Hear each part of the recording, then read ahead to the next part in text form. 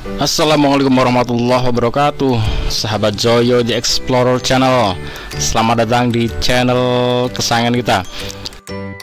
Oke teman-teman, kali ini saya akan mencermati, melihat ini ya, mobil yang ya tentunya sangat keren ya. Ini produksi Huawei. Huawei itu terkenal dengan HP laptop ya, tapi ini bikin mobil dan mobilnya keren ya. Nah, saya tidak akan membahas lebih detail tentang fitur, interior dan sebagainya, interior eksteriornya, kemudian kelengkapannya enggak, tapi sisi-sisi lain yang ingin saya bahas dari mobil ini.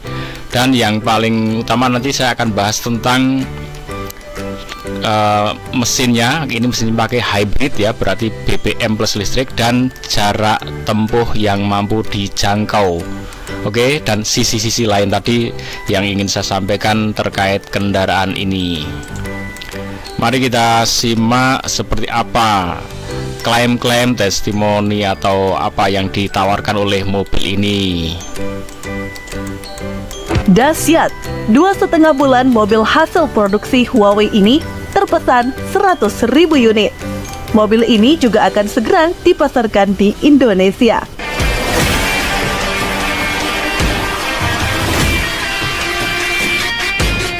Inilah dia series Aito M7 atau di negara asalnya Huawei Aito M7. Aito adalah merek baru yang diluncurkan pada tahun 2021 oleh Seres Group dan Huawei. Model pertama mereka yaitu Aito M5, berbasis pada Seres. Nah, kabar baru-baru ini, Huawei Aito mengumumkan menerima 100.000 pesanan pasti untuk SUV M7-nya. Pesanan tersebut diterima 2,5 bulan setelah kendaraan listrik tersebut diluncurkan di Cina.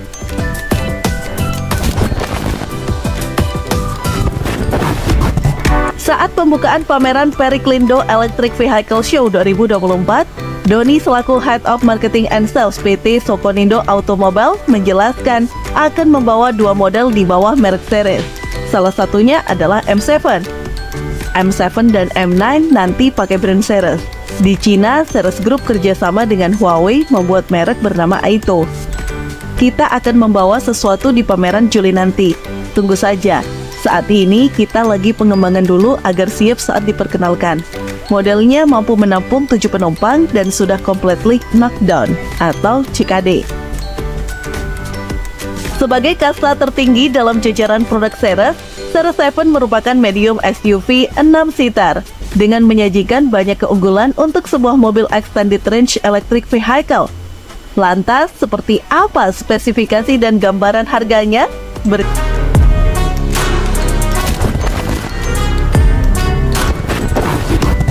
Seres 7 dibekali mesin berbahan bakar bensin 1,5 liter turbo yang dipadukan baterai berkapasitas 40 kWh. Baterainya menghantarkan aliran listrik ke motor listriknya untuk dapat menggerakkan laju kendaraan. Di negara asalnya, mobil ini memiliki dua pilihan powertrain, di mana motor listrik tunggal dengan penggerak roda belakangnya dapat menghasilkan tenaga 272 PS dan torsi 360 Nm. Sedangkan motor listrik ganda dengan sistem penggerak all-wheel drive-nya mampu mengeluarkan tenaga 448 PS dan torsi sebesar 660 Nm. Jadi, ketika sedang menggunakan mode EV, Seres 7 dapat berjalan sejauh 240 km. Sedangkan untuk jarak gabungan yang diperoleh motor listrik dengan mesin internalnya dengan tangki bahan bakar terisi penuh sebanyak 60 liter, dia dapat menempuh jarak sejauh 1.300 km.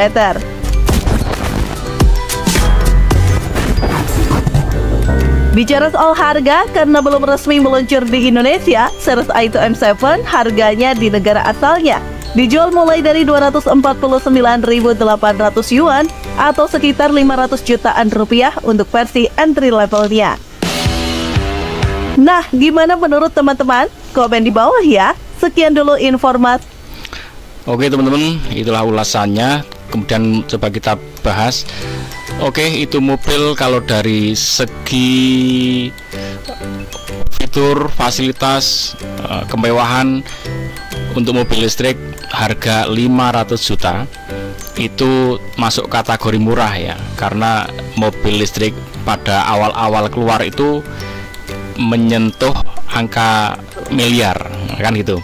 Nah ini berarti untuk fitur yang semewah itu masuk kategori murah. Nah kemudian kita bahas lagi ke mesinnya adalah hybrid. Berarti hybrid itu dia menggunakan baterai dan BBM.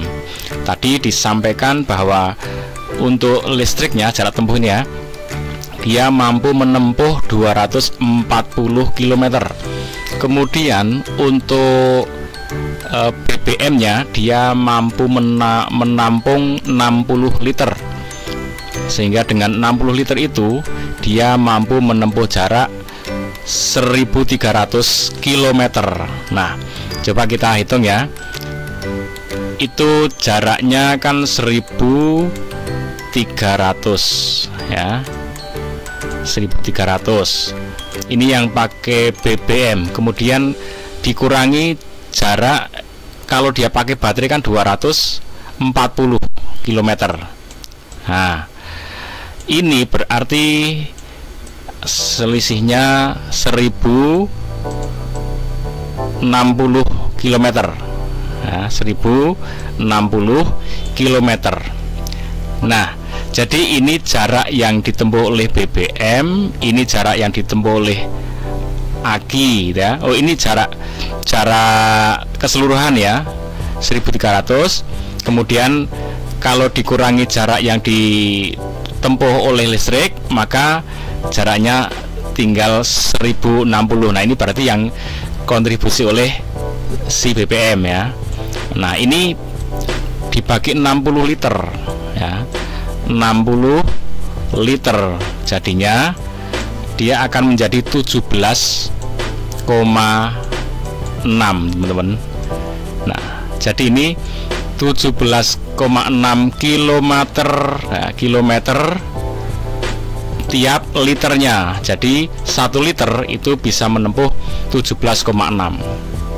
Nah ini sangat realistis untuk mobil sebesar itu. Jadi ini menurut saya ini testimoni atau pernyataan yang masuk akal ya untuk mobil sebesar itu. Padahal itu sudah hybrid. Nah, sudah hybrid. Nah, ini kalau jarak totalnya ini ya 1300 dibagi 60 ya. Dibagi 60 liter. Ini akan ketemu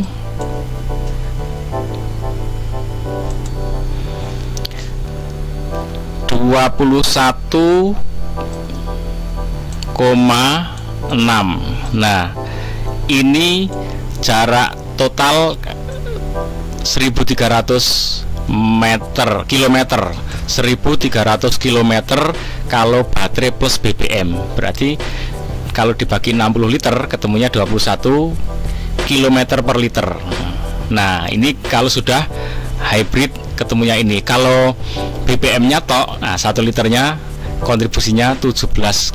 Nah ini realistis ya. Ini testimoni yang menurut saya benar-benar realistis ini untuk mobil yang sebesar itu. Oke, setelah pembahasan tentang mesin, jarak tempuh dan sebagainya, sekarang ke pembahasan yang lainnya teman-teman.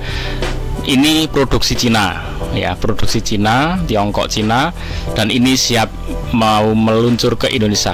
Nah ini saran saya ini sebagai netizen ya, sebagai rakyat ya, kalau bisa produk-produk luar seperti ini jangan terlalu mudah untuk masuk gitu ya.